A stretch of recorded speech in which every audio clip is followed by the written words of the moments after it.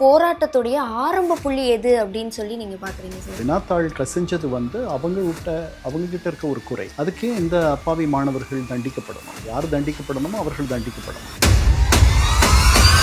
தமிழ்நாட்டை என்ன சொல்றாங்கன்னா நீட்டே வேண்டாம் அப்படின்னு சொல்றாங்க. ஆனா சிஜேபியோடைய கருத்து என்னவா இருக்குன்னா ஒரு நேர்மையான முறையில ஃபேர் நீட் வேணும் அப்படின்னு சொல்லி கேக்குறாங்க. நம்ம ஒற்றை குரலாக ஒலித்துக் கொண்டிருக்கிறோம். நம்ம கூட துணைக்கு எதிர்க்கட்சிகள் ஆளும் மாநிலங்கள்ல இருந்து கூட நமக்கு துணையா ஒரு குரல் வரல. Need is a reality. இது ஒரு உண்மை, தவிர்க்க முடியாத உண்மை. பிரதமர் விரைவு நீதிமன்றங்களை ஏற்பாடு பண்ணும். இது ஏன் இவ்வளவு லேட்டா அவர் சொல்றாருன்னு எனக்கு தெரியல. இதை முதல்ல அவர் சொல்லியிருக்கணும். அதாவது எதுக்கு இவர்கள் ஆட்சியாளர்களா இருக்கிறாங்க?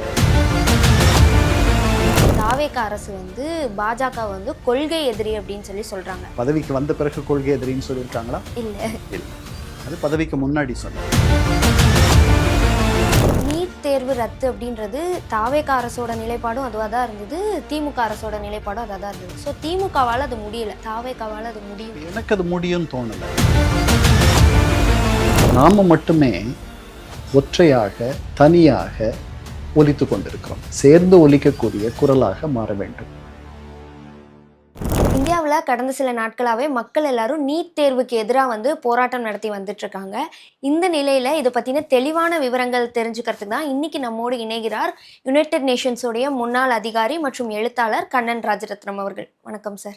வணக்கங்கம்மா. சார், இந்த போராட்டத்துடைய ஆரம்ப புள்ளி எது அப்படின்னு சொல்லி நீங்க பாக்குறீங்க சார்? இதுதாம்மா, இந்த நீட் தேர்வு நடந்துச்சு. நீட் தேர்வு நடந்த பிறகு கொஞ்ச நாளைக்கு பிறகு அந்த வினாத்தாள் கசிஞ்சிருச்சு. அதனால் அந்த நீட் தேர்வுகளை ரத்து பண்ணிவிட்டு நம்ம திருப்பி மீண்டும் நடத்தணும்னு சொன்னாங்க. அதில் பல மாணவர்கள் அதாவது இந்த தேர்வுக்கு தயாராகிறவங்க உயிரை கொடுத்து தயார் செய்கிறாங்க.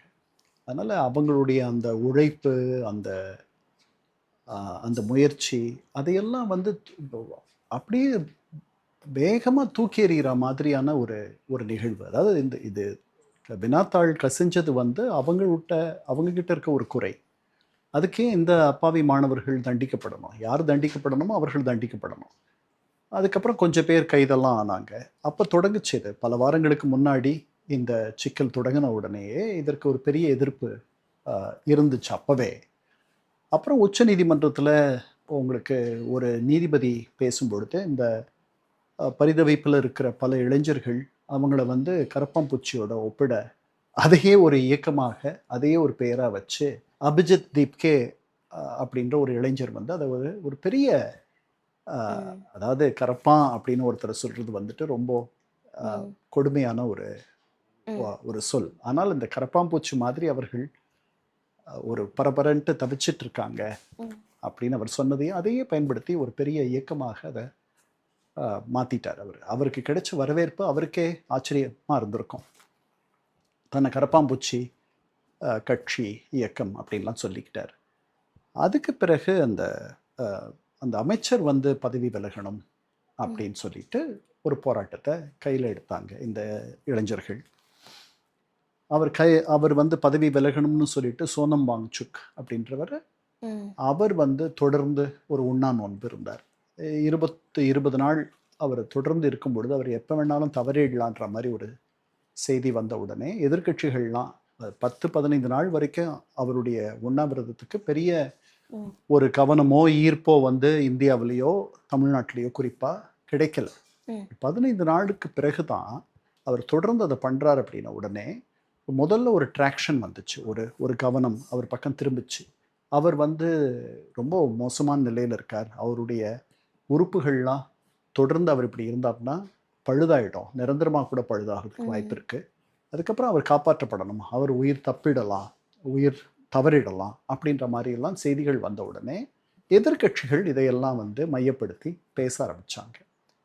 அதுக்கப்புறம் நம்ம நினச்சபடியே பொதுவாக இந்த மாதிரி ஒரு அரசுக்கு எதிராக யாராவது உண்ணா நோன்பு இருக்கிறாங்க அப்படின்னா அது ஒரு எக்கச்சக்கமான ஒரு கட்டத்தை எட்டுது. அப்படின்னா அரசுகள் பொதுவாக என்ன பண்ணுவாங்க, அந்த உண்ணா நோன்பை உடைக்கிறதுக்கு, அவங்க மேலே எந்த பெரிய அவப்பேரும் வந்துடக்கூடாதுன்றதுக்காக ஒரு வலுக்கட்டாயமாக கொண்டு போய் ஒரு மருத்துவமனையில் சேர்ந்து ஃபோர்ஸ் ஃபீடிங்னு சொல்கிறாங்கல்ல, பலவந்தப்படுத்தி அவரை சாப்பிட வைக்கிறது, ஊசி மூலமாக குளுக்கோஸ் ஏற்றுறது, சக்தி தர்றது, அவருக்கு மீண்டும் அவரை பழையபடி கொண்டு வர்றது, இதெல்லாம் பண்ணுவாங்க.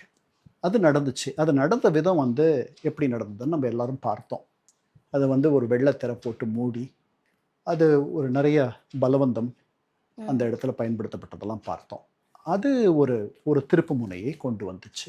இப்போ தமிழ்நாட்டிலேயே இதுக்கு வந்து ஸ்டூடெண்ட்ஸ் போராடிட்டு இருக்காங்க. ஆனா தமிழ்நாட்ல என்ன சொல்றாங்கன்னா, நீட்டே வேண்டாம் அப்படின்னு சொல்றாங்க. ஆனா சிஜேபியோடைய கருத்து என்னவா இருக்குன்னா, ஒரு நேரடியான ஒரு நேர்மையான முறையில வந்து ஃபேர் நீட் வேணும் அப்படின்னு சொல்லி கேட்குறாங்க. ஸோ இந்த இரு முரண்பாட்டையும் நீங்க எப்படி பார்க்குறீங்க? இல்லம்மா, இது புரிஞ்சு கொள்ளக்கூடியது தானே. நீட் வேண்டான்னு சொல்றது யாரு? இந்தியாவுல. நாம மட்டும் தான் சொல்லிட்டு இருக்கோம். ம். நாம ஒற்றை குரலாக ஒலித்துக் கொண்டிருக்கிறோம். நம்மோட கூட துணைக்கு எதிர்க்கட்சிகள் ஆளும் மாநிலங்கள்ல இருந்து கூட நமக்கு துணையா ஒரு குரல் வரல. கேரளால இருந்து வரல, தெலுங்கானால இருந்து வரல, கர்நாடகால இருந்து வரல. மற்ற இடங்கள்லாம் நான் போகல. நாம மட்டும் தான் தனியாக லைக் அ சோர் தம், ஒரு ஒரு அ அ என்ன கட்டை விரல் வந்துட்டு அடிபட்டிருக்கு அப்படின்னா, அது எப்படி வலிக்கும்? ம். தனியா துடிக்கும் இல்லையா? அந்த மாதிரி நாம மட்டும் தான் அத பண்ணிக்கிட்டு இருக்கோம். 9 ஆண்டுகளுக்கு முன்னாடி ஒரு சில மாணவர்கள், ஒரு ஒரு மாணவி அனிதா தன்னை மாய்த்துக் கொண்டார் இதனால. இங்க வந்து அது ஏற்படுத்திய பாதிப்பு வேற எங்கேயும் ஏற்படுத்தலையா? அல்லது நாம ரொம்ப உணர்ச்சி பிரவாகமா இருக்கிற ஒரு அ கூட்டமா? தமிழர்கள் அப்படின்னா, நாம எப்பவுமே எதுக்கெடுத்தாலும் உணர்ச்சி வசப்படுபவர்களா? அப்படின்னு தெரியல. இப்ப நீட் வந்து இஸ் அ ரியாலிட்டி. இது ஒரு உண்மை. தவிர்க்க முடியாத உண்மை. இந்த அறையில வந்து ஒரு பெரிய யானை நிக்குது அப்படின்னா, நீங்க பார்க்க மறுக்கிறீங்க அப்படின்றதுக்காக அந்த யானை மறைஞ்சிராது. அந்த இடத்துல தான் நீட் இருக்கு. இதுக்கு தயாராகி இந்த நீட்டை எழுதி, இதில் வெற்றி பெற்று, அந்த படிப்பை படிக்க போற மாணவர்களும், மாணவிகளும் தமிழ்நாட்டில் தயாராகி விட்டார்கள். பல ஆண்டுகளாக இது நடந்துட்டு இருக்கு. நம்ம தொடர்ந்து வந்து இதை எதிர்த்து சட்டமன்றத்துல தீர்மானம் போடுறோம். ஓய்வு பெற்ற நீதிபதியை கொண்டு ஆணையம் அமைக்கிறோம். அவங்களுடைய முடிவுகள சொல்றோம். பழைய மேனாள் முதல்வர் வந்து இன்னைக்கு ஒரு ஆங்கில கட்டுரை எழுதியிருக்காரு ஒரு நாளேட்டுல. நீட்டினுடைய குறைபாடுகள் எல்லாம் சொல்லி. இத்தனை குறைபாடுகள் இருந்தாலும் கூட, நாம் மட்டுமே இதை எதிர்த்து பேசுகின்ற ஒற்றை குரலாக ஒலித்துக் கொண்டிருக்கிறோம். அப்படி இருக்கிற வரைக்கும், இதுல வந்து சுவத்துல போய் மோதிக்கிற ஒரு முயற்சி தான். இதுல எப்படி வெற்றி வரும்? அதனால அவர்களுடைய கோரிக்கை வந்து, இந்த பிரச்சனையே எப்போ வந்துச்சு? வினாத்தாள் கசிஞ்சது. நாங்க இவ்வளவு பாடுபட்டு, இவ்வளவு உருண்டு புரண்டு களைச்சு, இப்படி இந்த தேர்வுக்காக தயாராகி வந்து இதை எழுதியிருக்கிறோம். உயிரை கொடுத்து எழுதியிருக்கிறோம். நீங்க இந்த தேர்வு வந்து செல்லாது. இன்னொரு தடவை நீங்க எழுதணும். ஏன்னா எங்கேயோ வந்து யாரோ வினாத்தாள பார்த்துட்டாங்க அப்படின்னா, இது என்ன நியாயம்? அப்படின்ட்டு வருது. அப்ப இது முறையாக நடத்தப்பட வேண்டும் இந்த தேர்வு அப்படின்றது மட்டும் தான் கோரிக்கை. நீட்டே இருக்கக்கூடாதுன்றதல்ல. ஒரு குழந்தைய நீங்க ஒரு தொட்டியில குளிக்க வச்சிருக்கீங்க. அந்த குளிச்ச பிறகு இருக்கக்கூடிய அழுக்கு தண்ணீரை மட்டும் தான் நீங்கள் கொட்ட வேண்டும் என்பதுதான் இந்த போராட்டக்கார இளைஞர்களுடைய கோரிக்கை. குழந்தையவன் தூக்கி கொட்டிடுறதுன்றது தப்பு. So to throw away the baby with the bath water அப்படின்ட்டு ஆங்கிலத்துல சொல்லுவாங்க. அத அவங்க கேட்கல. நாம மட்டும் தான் கேட்கிறோம். இங்க வந்து இப்ப சிஜேபி போராட்டம் நடத்திட்டு இருக்காங்கல்ல, சிஸ்டம் ஃபெயிலியருக்கு எதிரா வந்து அந்த மினிஸ்டர் தர்மேந்திர பிரதான் அவர்கள் வந்து இதுலேருந்து பதவி விலகிட்டாங்கன்னா, இதுக்கான தீர்வு கிடைச்சிருமா? அப்படின்ற இல்ல. அது வந்து ஒரு குறியீடு, ஒரு சிம்பல். ஒரு அமைச்சர் வந்து அவருடைய துறையில இந்த மாதிரி ஒரு பெரிய தவறு நடந்திருக்கு. அவர் தார்மீக அடிப்படையில அவர் வந்து 60கள்ல அமைச்சர்களாக இருந்தவர்கள்லாம் அப்படித்தான் பண்ணாங்க. அவங்க உடனே பதவி விலகிட்டாங்க. அரியலூர்ன்னு இங்க ஒரு ஊர் இருக்கு திருச்சி பக்கத்துல. அங்க ஒரு பெரிய ரயில் விபத்து நடந்துச்சு. அதுல பல பேர் இறந்து போயிட்டாங்க. ஆ, அப்போ ரயில்வே அமைச்சராக இருந்த லால் பகதூர் சாஸ்திரி, அவர் பின்னாடி நம்ம பிரதமர் ஆனார். அவர் உடனே பதவி விலகிட்டார். அந்த பதவி விலகல நேரு ஏத்துக்கல. இங்க வந்து அந்த மாதிரி ஒரு சாதாரண ஒரு சமிஞ்சை கூட கிடையாதே. அந்த அதனால இப்ப இருக்க அமைச்சர்களுக்கும் இந்த இந்த 60 ஆண்டுகளில் அமைச்சர்களும், அவர்களுடைய பொது வாழ்க்கை விழுமியங்களும், அவர்கள் அவர்களுடைய செயல்களை பார்க்கிற பார்வையும் எல்லாமே வேற மாரி இருக்கு. வேற யார் யாரோ வந்து பதவி விலகுறாங்க, அவங்கள கைது பண்றாங்க. அமைச்சர்ல வந்து ஒரு முன்னுதாரணமா இருக்கணும். அவர் அத பண்ணல. அது ஒரு குறியீடு. அவங்கள இறக்கி அவர வந்து கைவிட மாட்டாங்க பாஜக அப்படின்றது தான் என்னுடைய எண்ணம். அவர் அங்க தான் இருக்க போறாரு. இது வந்து ஒரு தாண்மை பிரச்சனை ஆயிடுச்சு. ஈகோ பிரச்சனை ஆயிடுச்சு. மந்திரிய விடுறதா?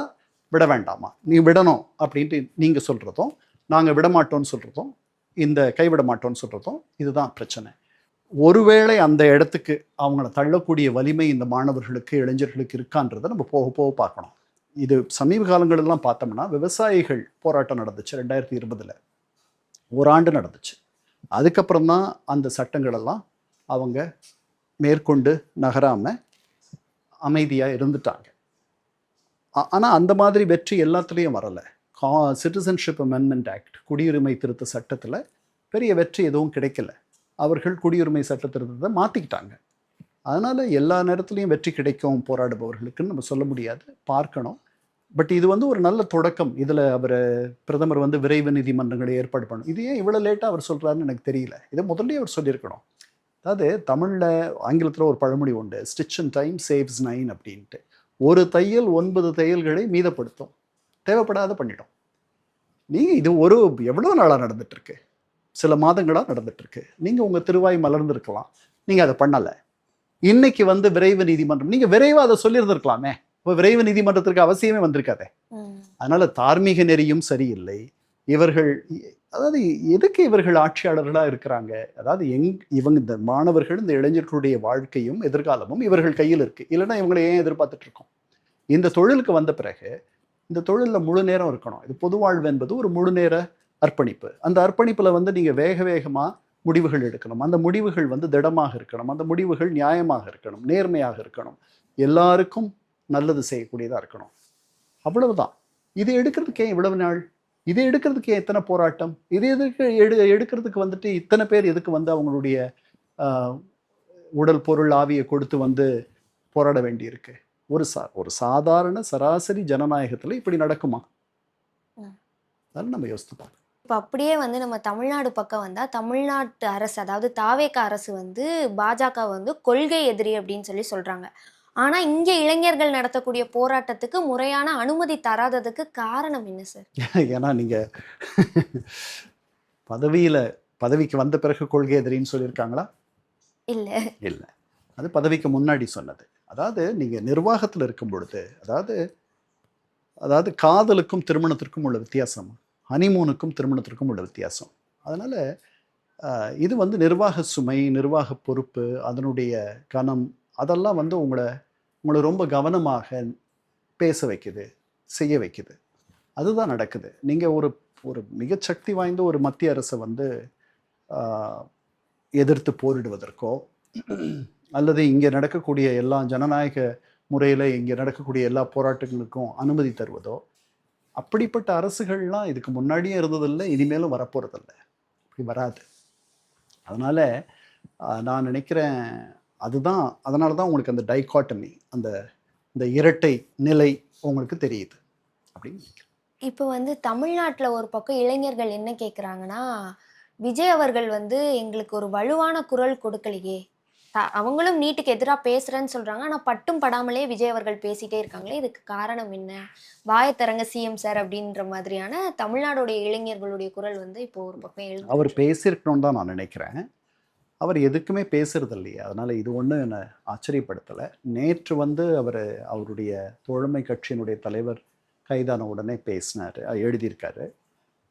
பொதுவாக அவர் பேசுறதில்ல. அப்புறம் இன்னொரு பார்வை வந்துட்டு, இது நமக்கு ரொம்ப தொலைவில் இருக்க ஒரு நிகழ்ச்சி.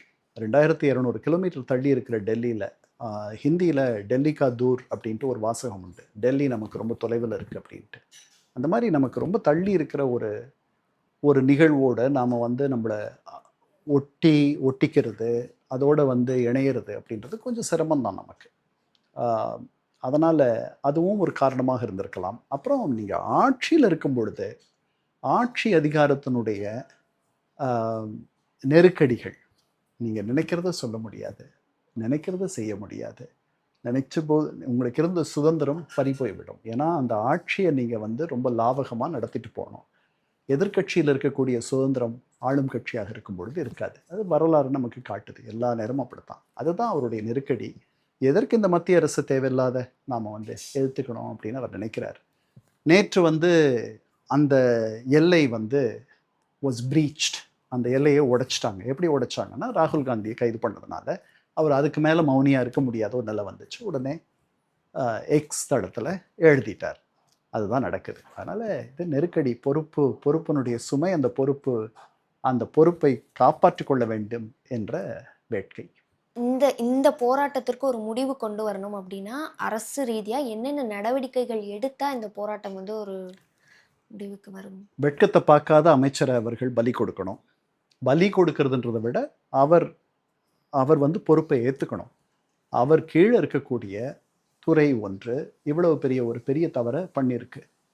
அதற்கு இந்த மாணவர்களை நீங்கள் திருப்பி தண்டிக்கிறத விட உங்களை தண்டிச்சுக்கிறது தான் சரி. அவர் வெளியே போகணும். அதில் அவர் வெளியே போயிட்டாருன்னா மாணவர்களுக்கு பணிஞ்சிட்டுமோ அப்படின்ற ஒரு பெயர் வந்துடுமோ, நமக்கு தலைகுனிவா ஆயிடுமோ அப்படின்ட்டு இந்த அரசு கவலைப்படுறது எனக்கு புரியுது. அப்படியெல்லாம் நினைக்கக்கூடாது. இந்த மாணவர்கள் உங்களுடைய மாணவர்கள், இவர்கள் இந்தியர்கள், நீங்கள் இந்தியர்கள், உங்களுக்கு அவங்க அப்பா அம்மா வயதாகுது, தாத்தா பாட்டி வயதாகுது, நீங்கள் தான் பெருந்தன்மையாக இறங்கி வர வேண்டும். உங்களுடைய தலைக்கான குனிவெல்லாம் ஒன்றும் ஏற்படும்னு நான் நினைக்கல. ஒன்று. அப்புறம் இந்த மாதிரி பின்னாடி இதுக்கு முன்னாடி பெருசாக இந்த மாதிரி நடந்ததில்லை. இந்த மாதிரி பின்னாடி எதுவும் நடக்காது இருக்கிறதுக்கு ஃபுல் ப்ரூஃப்னு சொல்லுவாங்கல்ல, குறைகளற்ற ஒரு ஒரு முறையை நீங்கள் வழிமுறையை கண்டறிதல் வேண்டும். எதையும் வந்து தீவிரமாக எடுத்துக்கணும். சீரியஸாக எடுத்துக்காத என்னமோ அலட்சிய போக்கில் வந்துட்டு எல்லாம் நடக்கிற மாதிரி இருக்குது. பல இடங்களில் ஆட்சி செய்கிறவங்க ஆட்சியாளர்கள் நடந்துக்கிற விதமும் நிர்வாகம் வந்து நமக்காக இருக்கு. அதையே எல்லாரும் மறந்துட்டாங்க. என்னமோ அவர்கள் தயவில் நம்ம வாழ்கிறோம்னு நினைக்கிறாங்க. சாரி, நம்முடைய தயவில் தான் அவர்கள் நிர்வகிக்கிறார்கள், அவர்கள் நிர்வாகிகளாக வருகிறார்கள். அதை அவங்க புரிஞ்சுக்கிட்டாங்கன்னா எல்லாம் முறையாக நடக்கும். நீட் தேர்வு ரத்து அப்படின்றது தாவேகா அரசோட நிலைப்பாடும் அதுவாக தான் இருந்தது, திமுக அரசோட நிலைப்பாடும் அதாக தான் இருந்தது. ஸோ திமுகவால் அது முடியல, தாவேகாவால் அது முடியும். எனக்கு அது முடியும்னு தோணலை. இது வந்து மத்திய அரசு சம்மந்தப்பட்டது. நான் முன்னாடியே சொன்ன மாதிரி நாம் மட்டும்தான் இதை வந்து வேண்டான்னு சொல்கிறோம். நமக்கு ஆதரவு பக்கத்தில் இருக்க மாநிலங்கள்ல இருந்து கூட கிடையாது. அப்படி இருக்கும் பொழுது இது எப்படி போகும்னு நீங்கள் நினைக்கலாம். எதிர்க்கட்சி ஆளும் மாநிலங்களாவது நம்மோட துணை நிற்கணும். அப்படி இல்லை. நாம் மட்டுமே ஒற்றையாக தனியாக ஒலித்து கொண்டிருக்கிறோம். இது வந்து கோரஸ் ஆகணும். இது வந்து ஒரு சேர்ந்து இசைக்கக்கூடிய, சேர்ந்து ஒலிக்கக்கூடிய குரலாக மாற வேண்டும். நம்ம மட்டும் தனியாக இப்படி வந்து கேட்டுட்டு இருக்கிறதுல எப்படி பெருசாக ஒரு பயன் வரும்? 10 ஆண்டுகளாக கேட்டுட்ருக்கோம். ஜெயலலிதா அம்மையார் இருந்தபோது 2 முறை விலக்கு கிடைச்சது நமக்கு. அது நீட்டினுடைய தொடக்க காலம். அதனால் அதற்கெல்லாம் வழி இருந்துச்சு. இப்போ வந்து சூழல் வந்து எல்லாமே இறுகி போயிருக்கு. இனிமேல் இதை வந்து இதில் தளர்த்துவதற்கான வாய்ப்புகள் இருப்பதாக எனக்கு தோணலை. தளர்த்தினா ரொம்ப மகிழ்ச்சி, ஆனால் அது நடக்கும்ன்ட்டு நான் நினைக்கலைங்க. இப்போ வந்து ரொம்ப ட்ரெண்டிங்காக யூஸ் பண்ணக்கூடிய ஒரு டேர்ம் வந்து ஜென்சி. ஸோ இந்த ஜென்சி தலைமுறையை சேர்ந்தவங்க வந்து அரசியலை மாற்றிட்டு இருக்காங்களா, இல்லைனா அரசியல்வாதிங்க வந்து ஜென்சி தலைமுறையினரை மேனிப்புலேட் பண்ணுறாங்களா அப்படின்றதுல உங்க கருத்து சார்? இல்லை, ஜென்சி தான் நடத்துகிற மாதிரி தெரியுது. அவர்கள் வந்து அவங்கக்கிட்ட நிறைய ஆற்றலும் அவங்கக்கிட்ட நிறைய சக்தியும் இருக்குது. அதனால் அவர்கள் இந்த நம்ம தமிழகத்தை பொறுத்த வரைக்கும் கடந்த தேர்தல் அவர்கள் தான் வந்து மற்றவர்களை வழி நடத்திட்டு போனதாக நான் நினைக்கிறேன். எல்லாரும் அப்படி தான் நினைக்கிறாங்க. நிறைய பேர் அப்படி நினைக்கிறாங்க. அதனால் அவர்களுக்கு ஏற்ற மாதிரி அவர்களை விட வயது மூத்தவர்கள், நடுத்தர வயதை சேர்ந்தவர்கள், முதியவர்கள், இந்த அரசியல் பொது வாழ்வில் ரொம்ப நாளாக இருக்கிறவர்கள், பல தசாப்தங்களாக இருப்பவர்கள், அவர்கள் தங்களை மாற்றிக்கொள்ள தவிப்பது நமக்கு புரியுது. இந்த புதிய அரசியலை புரிந்து கொள்வதற்காக இந்த அரசியலிலேயே ரொம்ப நாள் இருந்தவர்கள், ஏன்னா இன்னைக்கு புதுசாக நிறைய பேர் வந்து அரசியல் ஆற்றுப்படுத்தப்பட்டிருக்கிறார்கள் முதல்வர் விஜயனுடைய வருகைக்கு பிறகு. அது ஒரு நல்ல முன்னேற்றம், வருகை அப்படின்னு நான் நினைக்கிறேன். ஆனால் அவர்களுக்கு போதுமான வாசிப்பு பழக்கம் அதெல்லாம் அதிகமாக இருக்கான்னு தெரியல. அந்த காலத்தில் இளைஞர்கள் எல்லா நேரங்களிலும் இளைஞர்கள் தான் வந்து முன்னுக்கு வந்திருக்காங்க ஒரு போராட்டம் அப்படின்னா. இப்போ நம்ம முன்னாடி ஹிந்தி எதிர்ப்பு போராட்டம் பற்றி பேசணும், அதில் கூட இளைஞர்கள் தான் வந்தார்கள், மாணவர்கள் வந்தார்கள். அப்போல்லாம் வந்து ஒரு அதிகமான வாசிப்பு பழக்கம் இருந்துச்சு, ஒரு 4 விஷயத்தை தெரிஞ்சுக்கணும் அப்படின்ட்டு. இப்போ வந்து இது வந்து ஃபாஸ்ட் ஃபுட். இன்னைக்கு பிரதமர் வந்து விரைவு நீதிமன்றம் அமைப்பேன்னு சொல்லியிருக்காரு. அந்த மாதிரி எல்லாமே ஃபாஸ்ட்டாக, இன்ஸ்டாகிராம் 1 நிமிடம் 20 நொடி, இந்த மாதிரி அந்த அளவுக்கு வேகமான ஒரு உலகத்தில் இந்த ஜென்சியை சேர்ந்தவர்கள், இந்த இளைஞர்கள் வாழ்கிறார்கள். அவர்கள் தங்களை நாளைக்கு அவங்க தான் ஆளப்போகிறாங்க. அவங்களுடைய தலைமுறையை அவங்க தான் ஆளப்போகிறாங்க. அவங்களுக்கு பின்னாடி வர தலைமுறையையும் அவர்கள் ஆளப்போகிறார்கள். இவர்கள் இன்று ஏற்படுத்தி இருக்கிற சவால்கள் இவர்களை விட முதியவர்களுக்கு, அதே மாதிரி சவால்களை இவர்களுக்கு பின்னாடி வருபவர்கள் இவர்களுக்கு ஏற்படுத்தக்கூடும். இவர்கள் தங்களை ஆழப்படுத்தி கொள்ள வேண்டும், தங்களை தகுதிப்படுத்தி கொள்ள வேண்டும். அதனால் நிறைய வாசிப்பு பழக்கம் வரணும். ஒரு விஷயத்தை ஆழமாக புரிஞ்சுக்கிட்டதுக்கப்புறம் அது தொடர்பாக ஒரு முடிவு எடுக்கணும். இதையெல்லாம் அவர்கள் செய்யணும். தேங்க்யூ.